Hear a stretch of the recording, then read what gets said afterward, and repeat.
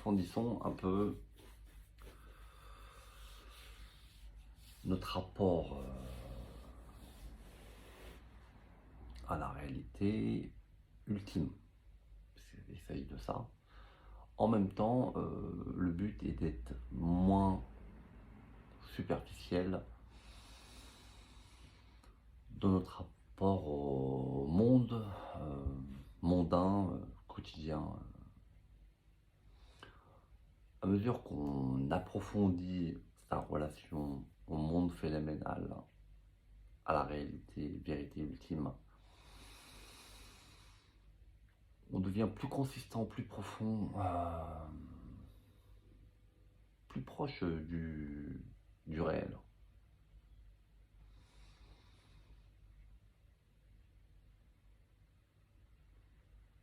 Donc les outils dont on a besoin pour approfondir, littéralement plonger plus profondément encore dans notre connaissance et notre relation intime à la vérité ultime, on avait les outils de l'humilité, de l'amour, de l'affect. Et le troisième outil dont on a vraiment besoin, c'est le sens de l'humour. On ne peut pas aller vers la vérité ultime en étant sérieux, en fait. Ça ne marche absolument pas. Vous avez des saints, des gens du clergé de toute tradition spirituelle qui ont l'air très sérieux, très solennels, pour faire des cérémonies religieuses. Voilà, peut-être ça marche et encore.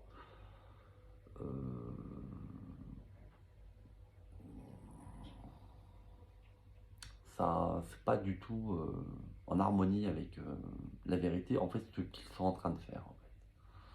Ça ne marche pas, en fait.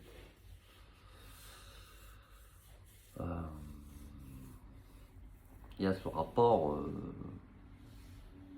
à mesure qu'on approfondit notre rapport à la vérité ultime, il y a ce rapport à être plus pur, plus innocent d'une certaine façon, à revenir à l'état d'enfance.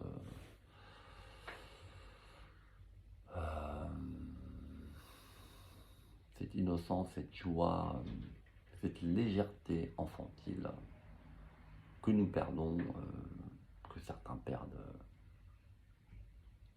avec l'âge.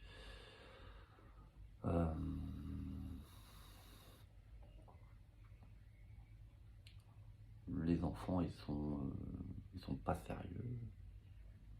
Ils jouent. Ils sont légers avec leur rapport au monde. Ils ont aussi du cœur. Et les enfants ne sont pas arrogants, pas naturellement en tout cas. Ils le deviennent plus tard avec l'influence, la mauvaise influence des parents, l'entourage social.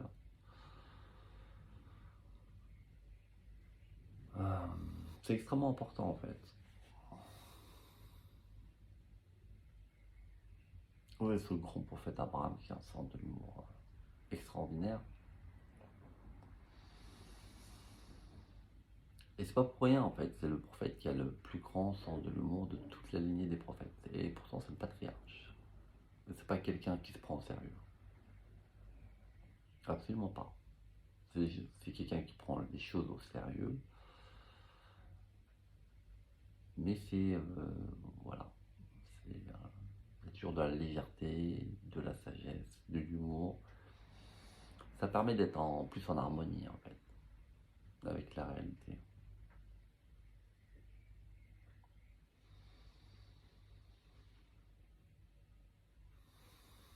On peut même se moquer de Dieu, en fait. Gentiment en fait. Je l'appelle la vérité ultime dans le monothéisme.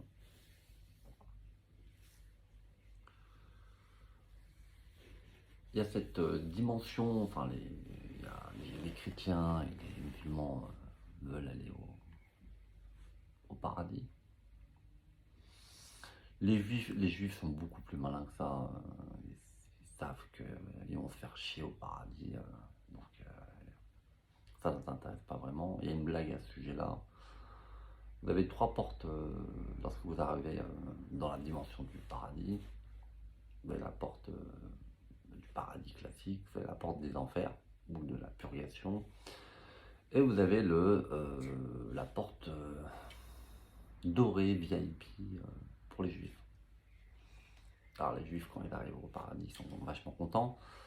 Ils disent ouais, il y a une porte VIP dorée pour nous, c'est-à-dire qu'on compte vraiment pour le Seigneur. En fait, c'est une espèce de blague juive. Parce que cette porte-là, une fois que les juifs l'ont franchie, en fait, il y a une espèce de trou et les juifs retombent sur terre. Et donc c'est pour ça, ça va être dans l'inconscient collectif juif. Les juifs, ça ne les intéresse pas d'aller au paradis. Ce qu'ils essaient de faire, c'est de vivre en harmonie avec les lois divines. Enfin, les juifs qui suivent la loi de Dieu et qui l'ont étudiée sérieusement et profondément. Pour les chrétiens et les musulmans,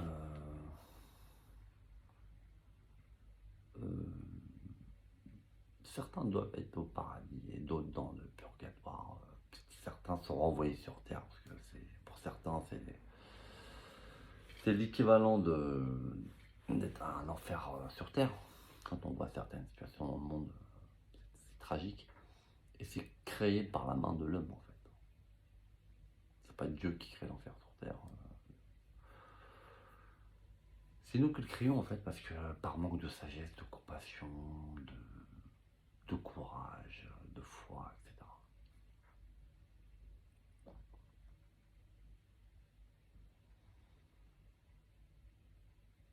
La seconde blague au sujet du Seigneur, c'est que au paradis tout est tellement parfait qu'à un moment donné, je pense que les gens ils se font chier en fait. Donc pour contrecarrer ça, Dieu les prend dans son cœur. Donc c'est une espèce d'énergie. Les gens baignent dans l'espèce d'énergie. C'est une énergie spéciale où vous êtes bien. Et ça fait vibrer votre âme et votre âme chante littéralement en fait. Et ça a donné lieu à de magnifiques chants poétiques dans les textes sacrés.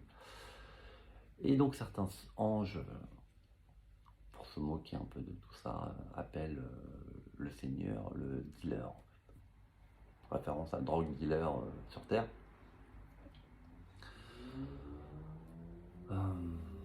Tout ça pour dire que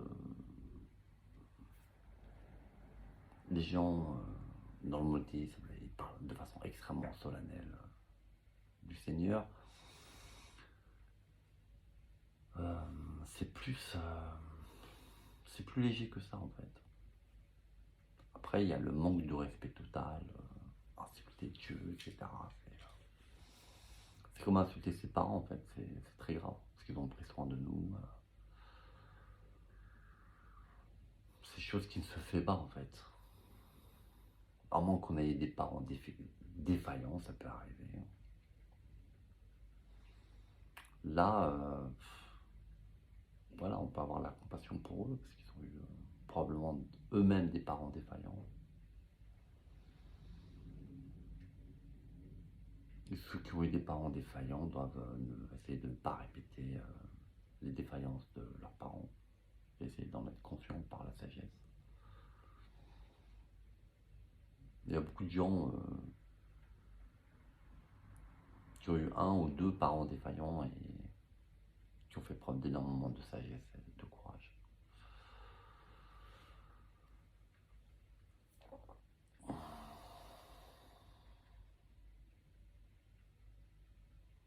Voilà, il y a se retrouver cette légèreté enfantile, innocente, pour approfondir, aller plus loin. Voilà, merci de votre attention.